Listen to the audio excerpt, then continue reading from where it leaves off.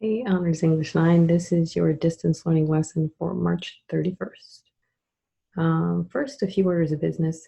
Some of you have been asking me about PSAT scores.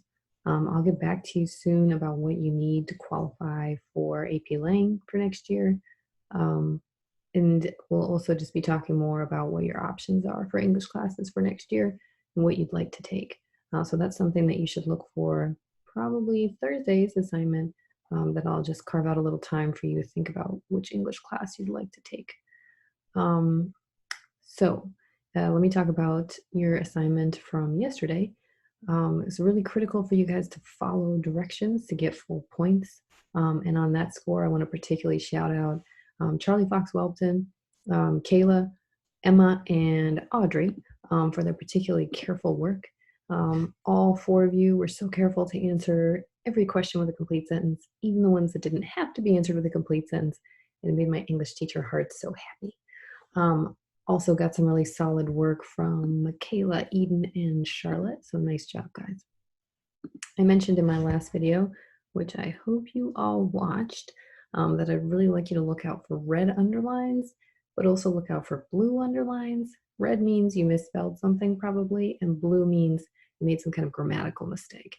Check them both because Google is using a computerized program to check your work, and they could be wrong. But you really should double check if you see a red line or a blue line.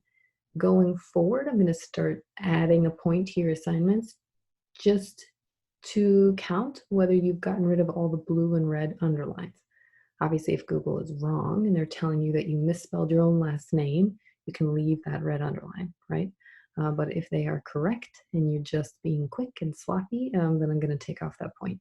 Why? Because it's English class, and it's actually honors English class. So we're going to do well. We're going to write well. And that's important. That's not actually applicable today, though, because today's lesson is oral and visual.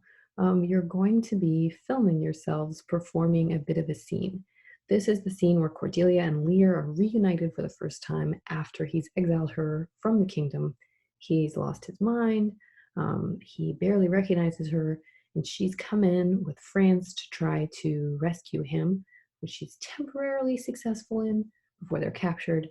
And then ultimately their side wins and they are successful, but of course both of them die at the end of the play. So in this scene, we're having this emotional reunion. Lear's having a little bit of trouble recognizing whether Cordelia is really there and whether she's real, whether he's imagining her. He has trouble recognizing who she is. So there's a lot going on between them in this scene. You have two options. You could film this scene with a buddy. My advice would be to get on Zoom together. Just have your two screens, one next to the other, and hit record when you're ready. You might want to do a few rehearsals to just make sure that the scene runs well. The other option is to work alone. You still need to record yourself, but what you do is film yourself doing both parts of just the second half of the scene. If you look at the write-up of today's assignment, I've got some detailed directions about exactly which lines you need to do if that is what you're choosing. And the way that you can film that is really up to you. You can splice yourself together, film one character and then film another. Or if you don't want to go to all that editing trouble, you could really do something as simple as putting on a hat or a wig or turning one way to be one character and turning another way to be another. In today's assignment sheet, I've got a clear rubric that explains how you're going to get your points for today, and it has to do with the quality of your acting. If you're having trouble with your scene, of course, use the notes in your book, do some Googling to figure out the emotion there. You could even rewatch one of the movie versions that we've seen to try to get at what a professional actor is doing when they interpret this scene. But ultimately, it's up to you what you think is happening here. I just ask that there be some kind of identifiable emotion because this is an identifiably emotional scene. There's no chance that Cordelia is just going like, oh, it's my dad. Hey, she's not neutral here. So you need to give me some fire, some emotion. That's about it. If you're having trouble, of course, email me. If it's taking you a really long time, email me. And I hope I get to see some more of you in tutorial. Haven't gotten a lot of questions, but it's been just great to see your faces.